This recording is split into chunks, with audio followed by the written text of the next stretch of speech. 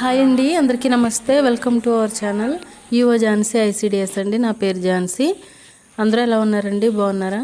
ఈరోజు మన వీడియో వచ్చేసి పుట్టాయిగూడెం 4 అంగన్వాడీ సెంటర్లో విహెచ్ఎండి కండక్ట్ చేసామండి. విహెచ్ఎండి అంటే village health and nutrition day అనమాట.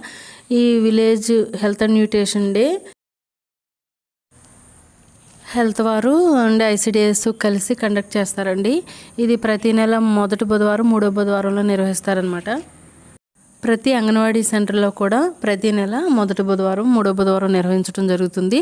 దీంట్లో భాగంగా ఏంటంటే గర్భిణీ స్త్రీలు, బాలింతలు, అలాగే 0 నుంచి 6 సంవత్సరాల పిల్లల తల్లులకి హెల్త్ అండ్ న్యూట్రిషన్ మీద అవగాహన కల్పించడం జరుగుతుందండి.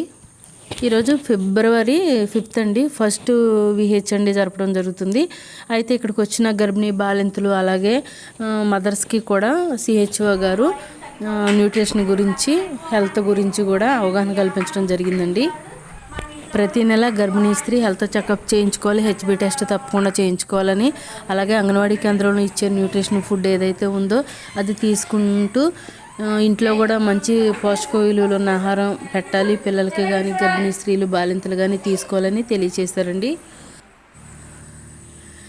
ఇంకా నేను మాట్లాడుతూ, ఇప్పుడు మాకు ఏదైతే అంగన్వాడీ సెంటర్లో ఇస్తున్నామో ఆ ఫుడ్డు గర్భిణీలు, బాలింతలు, బాల సంజీవిని కిట్స్, అదేవిధంగా రైసు, దాలు, ఆయిల్, మిల్క్, ఎగ్స్ ఖచ్చితంగా గర్భిణీ బాలింతలు మాత్రమే తీసుకోవాలని తెలియచేశానండి.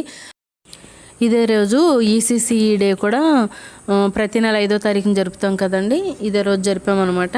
ఈరోజు కాన్సెప్ట్ ఏంటి అని అంటే గ్రోత్ మానిటరింగ్ అండి. ఇది ఖచ్చితంగా 0 నుంచి 5 సంవత్సరాల్లో పిల్లలందరినీ కూడా ప్రతి నెల బరువు తూచాలని తల్లులకు తెలియచేశానండి.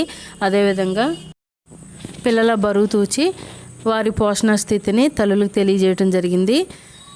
ఇక్కడ చూసినట్టయితే పిల్లలను బరువు తూయడం జరిగిందండి. బరువు తూచేటప్పుడు తీసుకోవాల్సిన జాగ్రత్తల గురించి తల్లులు తెలియజేయటం జరిగింది. పిల్లలకి షూస్ కానీ, బరువైనవి బట్టలు కానీ, అలాగే తలకి క్యాపులు లాంటివి ఉండకూడదు. కార్యకర్తకు వచ్చేసరికి కరెక్ట్గా వెయింగ్ మిషను, సాల్టర్ స్కేలు కంటికి తిన్నగా ఉండాలని, బరువు తూచేటప్పుడు 0లో పెట్టి తూయాలని తెలియజేయటం జరిగిందండి. అలాగే బిడ్డ కదిలేటప్పుడు కానీ, ఏడ్చేటప్పుడు కానీ బరువు తీయకూడదని, ఒక బిడ్డని 3 సార్లు ఖచ్చితంగా బరువు తీయాలి, 2 సార్లు వచ్చిన బరువుని ఓకే చేసుకోవాలని తెలియచేయటమైందండి. అలాగే ఎత్తు కూడా 3 సార్లు తీసి కరెక్ట్గా వేసుకోవాలి. ఇక్కడ చంటి బిడ్డనైతే న్యూబార్న్ బేబీని ఈ విధంగా బరువు తీయడం అయితే జరిగిందండి.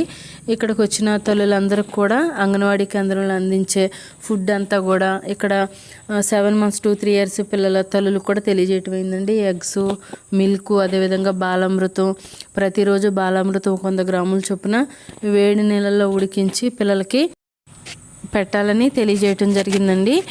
ఇంకా ఈరోజు కార్యక్రమంలో భాగంగా న్యూబార్న్ బేబీని పొడవు చూడడం అయితే జరుగుతుందండి.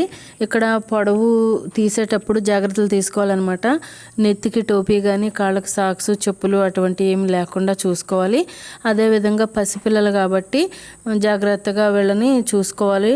ఇంకా ముట్టుకునేటప్పుడు కానీ అది హార్ష్గా కాకుండా సున్నితంగా ముట్టుకొని ఇలా మనం పొడవు చూడాలండి.